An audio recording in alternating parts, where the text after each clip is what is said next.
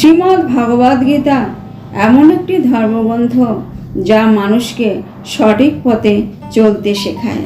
সংসার জ্বালায় মানুষ যখন দিশাহারা হয়ে পড়ে, ঠিক তখন গীতা পাঠ, গীতার বাণী শ্রবণ করলে মানসিক শক্তি লাভ করা যায়, জীবনে শান্তি লাভ করা যায়।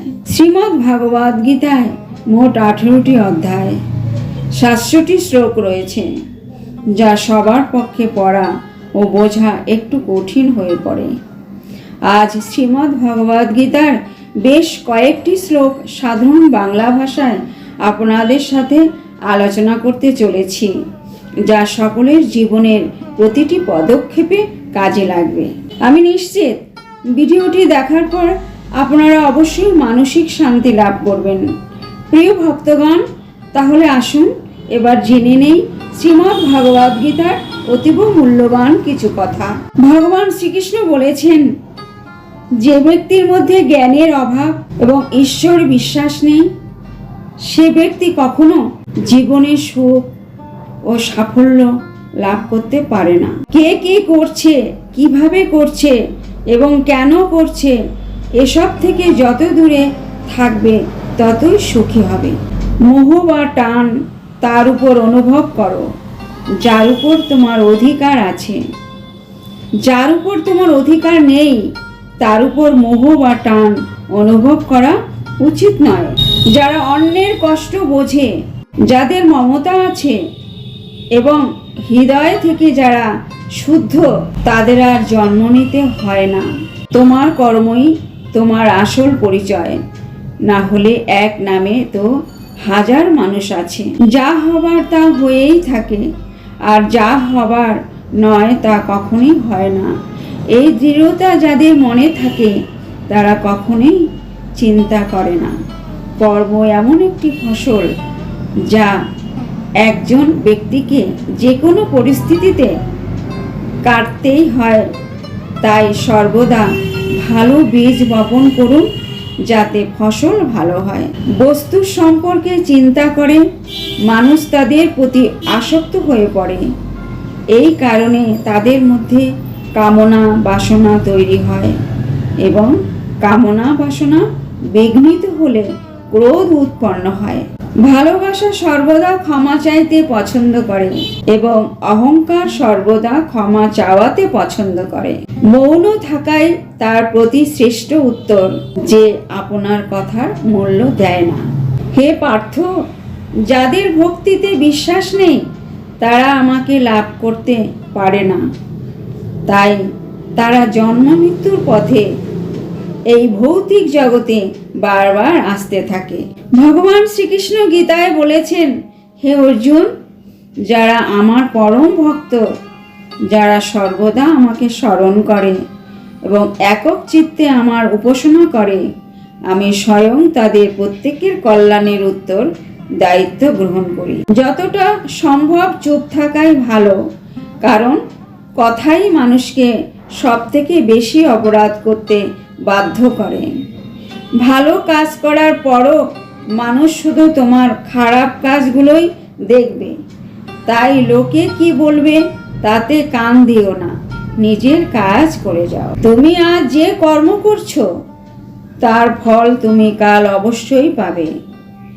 আর আজ তোমার যা কিছু আছে তা তোমারই দ্বারা করা তোমার অতীতের কর্মের ফল। শ্রীকৃষ্ণ বলেন, আমি কারোর ভাগ্য তৈরি করি না, সবাই সবার ভাগ্য নিজেই তৈরি করে। ভালো উদ্দেশ্য নিয়ে করা কাজ কখনো বৃথা যায় না, আর তুমি তার ফল অবশ্যই পাবে। কোনো কাজ নিয়ে চিন্তা করা উচিত, কিন্তু চিন্তা এত করা উচিত নয় যাতে ওই কাজই নষ্ট হয়ে যায়। বদলে যাও সময়ের সাথে, অথবা সময়কে বদলাতে শেখো। ভাগ্যকে দোষ না দিয়ে যে কোনো পরিস্থিতিকে চলতে শেখো। অন্যের জীবনকে পরিপূর্ণতার সাথে অনুলিপি বা অনুসরণ করার চেয়ে নিজেকে জেনে অসম্পূর্ণভাবে বেঁচে থাকা ভালো। সংসারে যে কোনো মানুষই সর্বগুণ সম্পন্ন নিখুঁত নয়, তাই কিছু ত্রুটি উপেক্ষা করে তাদের প্রতি সম্পর্ক বজায় রাখো। সঠিক কর্ম সেটা নয় যার ফলাফল সর্বদা সঠিক হয়, তবে সঠিক কর্ম হলো সেটা যার উদ্দেশ্যে কখনো ভুল নয়। তোমার কেবল তোমার কর্ম করার উপরে অধিকার আছে, কিন্তু কর্মের ফলে তুমি অধিকারী নও।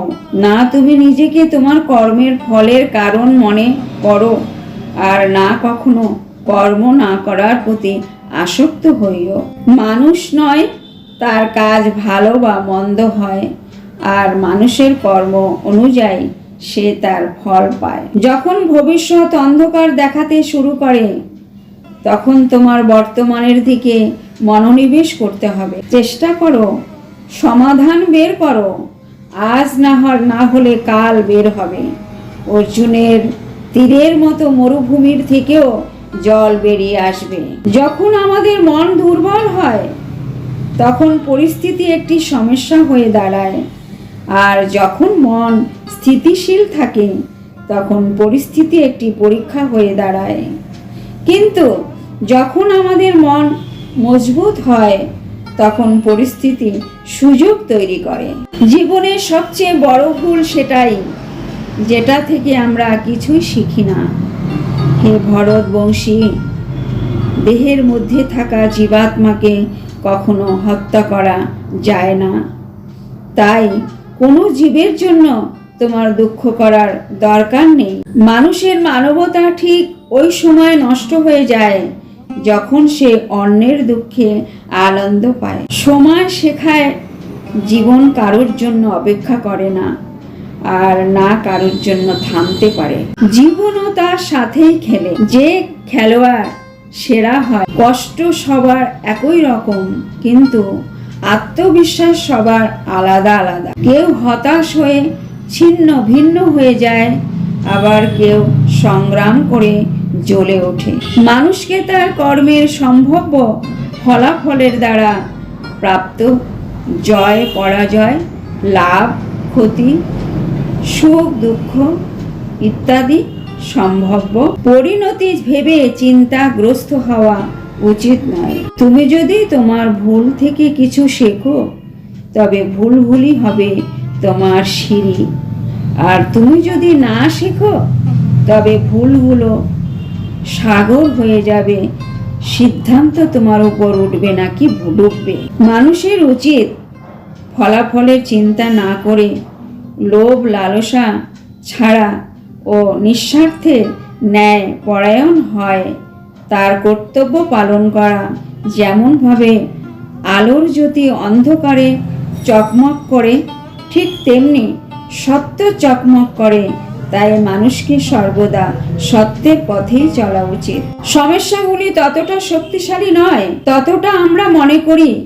কখনো শুনেছ অন্ধকার সকাল হতে দেয়নি? ভুল খোঁজা ভুল নয়, শুধু শুরুটা নিজের থেকে হওয়া উচিত। জরুরি নয় যে প্রতিবার তোমার কথা কে সঠিক বলে ধরা হবে, তাই মাঝে মাঝে চুপ থাকাই বেশি ভালো। যে যত শান্ত হয় সে ততই গভীরভাবে তার বুদ্ধির প্রয়োগ করতে পারে। সমালোচনাকে ভয় পেয়ে কখনো নিজের লক্ষ্য ত্যাগ করবে না, কারণ যারা সমালোচনা করে তাদের মতামত লক্ষ্য অর্জনের সাথে সাথেই পরিবর্তন হয়ে যায়। তোমার পরাজয় এবং জয় তোমার চিন্তার উপরে নির্ভর করে। তাই তুমি যদি মেনে নাও তবে পরাজয় হবে, আর যদি তুমি দৃঢ় প্রতিজ্ঞ হও তবে বিজয় হবেই। সবচেয়ে বিচক্ষণ স্থির মনের মানুষ সেই যে সফলতার গর্বিত হয় না এবং ব্যর্থ হলে দুঃখে ডুবে যায় না। যদি তোমার প্রশংসা করা হয় তবে আরো সতর্ক হওয়া দরকার। জীবনে কখনো কারোর সঙ্গে তুলনা করবে না। তুমি যেমনই হও তুমি সর্বশ্রেষ্ঠ। একজন মানুষ তার বিশ্বাস দ্বারা তৈরি হয়। সে যেমন বিশ্বাস করে তেমনি সে হয়ে ওঠে। যে মনকে জয় করেছে তার জন্য মনই সবচেয়ে ভালো বন্ধু, কিন্তু যে এটা করতে পারে না তার জন্য মন সবচেয়ে বড় শত্রু হয়ে ওঠে। নেতিবাচক চিন্তা আসবে তোমার উপরে, নির্ভর করে তুমি তাদের কতটা গুরুত্ব দাও।